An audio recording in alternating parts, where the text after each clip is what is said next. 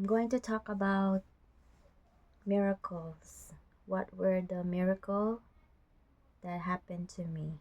Okay, that up to this day that I believe in, that there is a powerful being up there. Okay, when this miracle happened, I am not awake, but I know it's that uh, it's that voice, or like there is something in me telling me that if you can just trust this being, everything will be fine. This is just one particular scenario, okay? Just I will just gonna stay one at this point. This is just the one scenario where miracle happened in my life. Um, I had a very difficult pregnancy, okay, and there was a lot of complications. So that very night, September 14, 2014, exactly 10, somewhere around 10 p.m., I have a nurse. The nurse, she's a very nice lady, and of course, when you're a nurse, you have your rounds, right?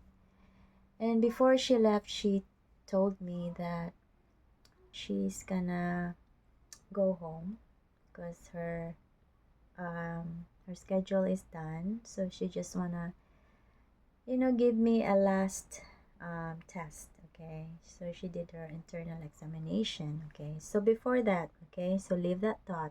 She is going to have an last IE for me before she will go home. But before that, 30 minutes before that, I was crying for pain. Okay, I have my epidural already done, or like I had the first epidural done somewhere around 6 p.m., and that time it was 10, so it was just about 4 hours gap. Okay, and I asked the nurse, told her, please, I want another second epidural. I cannot take this pain anymore.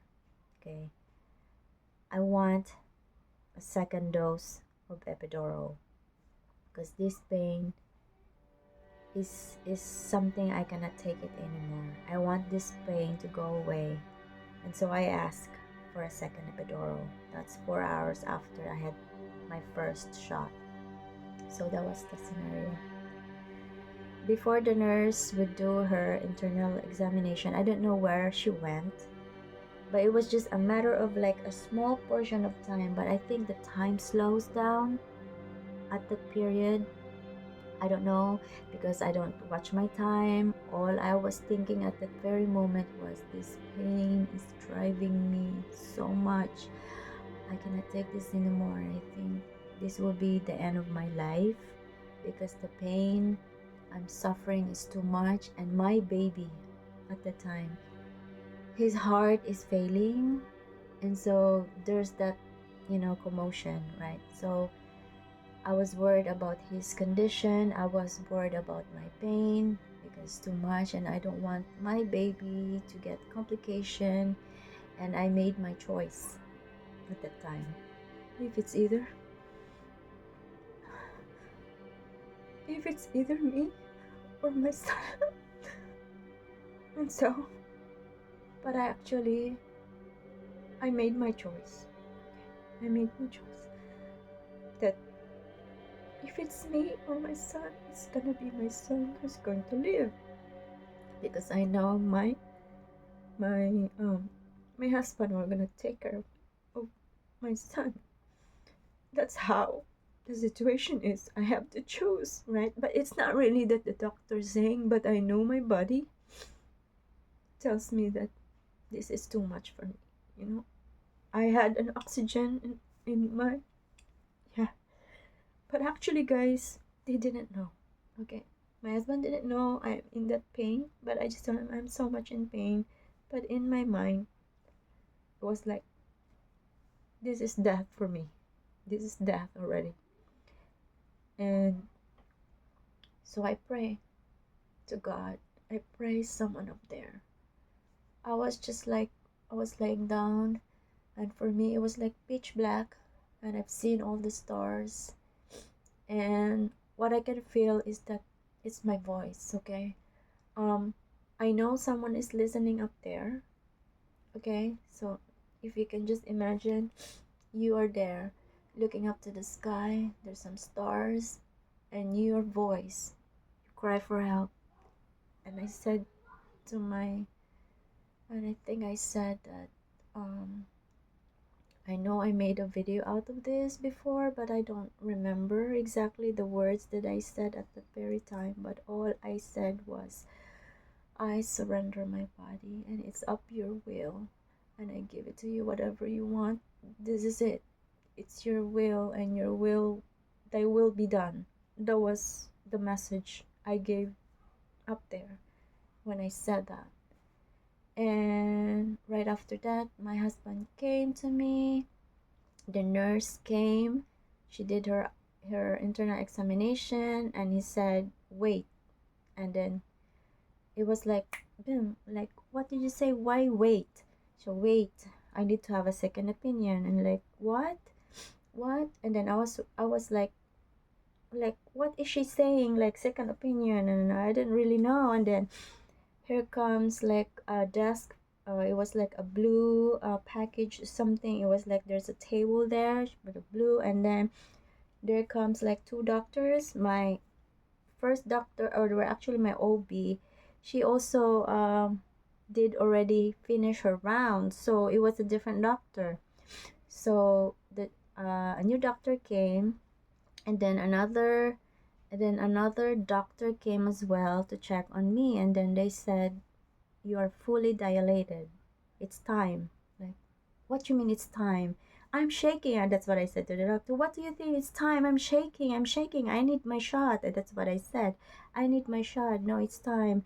And then I don't know how many doctors was there because it was like so foggy. Like, it was a very quick scenario. I think my husband knows what's going on, but for me it's like foggy things, like I hear voices, like the doctor saying that it's time, is moving, like what is this, like am I going to have the baby? And then after that, I don't know who holds me, it my husband or the doctor told me, this is it, it's time for you to push.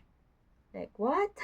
Yeah, it's time for you to push. And then I think I heard that Filipino nurse told me, there is someone here that would take over, and I didn't even know the name because I already forgotten about that. Okay, so, and I think that's what I've heard. Like, it's just very vague because everything here is like vague. It's like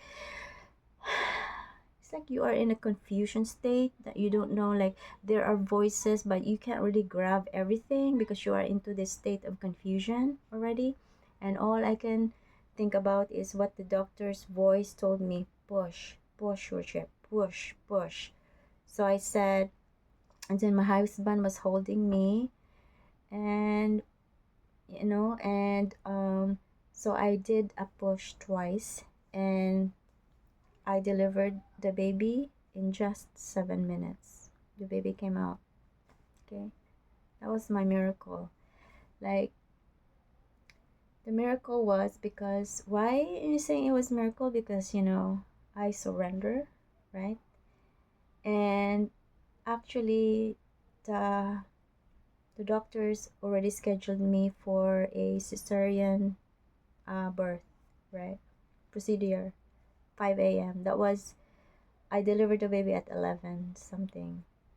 Some I was 11 something because at 10 the nurses check on me. 11:30, somewhere along the way, they were like calling doctors. Me, the time was not, I didn't really check the time because I was in a state of confusion. It was like that. It's like super vague, super vague. It's blurry and everything. I have my fears. All I was thinking about was how to survive, not just for me, but how I can survive the baby of me, because he's having difficulty, his heart is dropping, And so that was my goal, was just to fight, okay, to fight this feeling and make sure that the baby is okay. And that wasn't just the goal, that was the goal. So yeah, and it was really a miracle, you guys, because in that very in a very quick moment, you know, it's just within an hour, I think, come to think about it.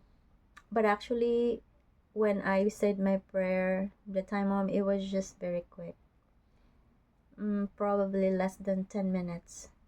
They laid out the blue package for delivery already. So that was how quick the answer from the universe. It was that quick. Boom. Yeah, because the nurse came, she checked on me, said full dilated. Called the second doctor, came. It was very fast, you know, because I am in a red room, meaning I am the most complicated uh, pregnant lady in the hospital. I was in the red room, you guys. um, so, but you know what? My doctor is my OB-GYN, my primary doctor was very chill. I didn't even know I was in the red room. They didn't tell me anything until I'm not very sure, until I know somewhere. Maybe when she went off to go home. When she told me that you're in the red room.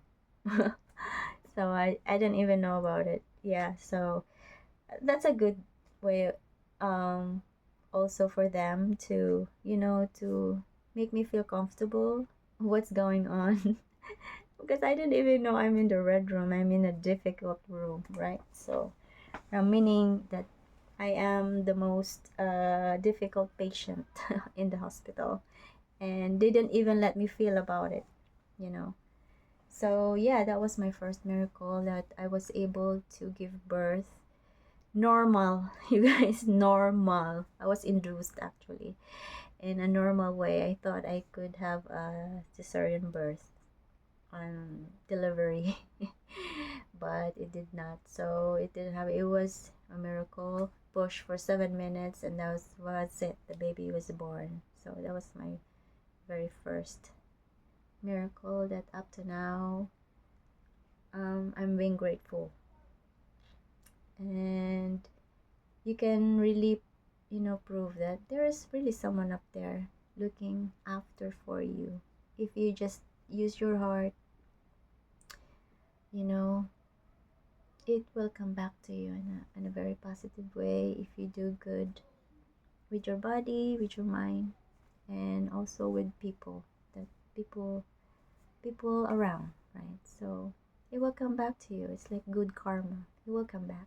Okay, so question of the day has always been a favorite thing of mine. What would be my question for the day for you guys? And what is your greatest miracle that you ever think of that happened in your life? I'm sure there is, that you just don't remember, but there will be a miracle, because this is something that every one of us is given to remember us by, on how powerful up there, and also how powerful our prayers, our voice. Okay, so that's it. This is it.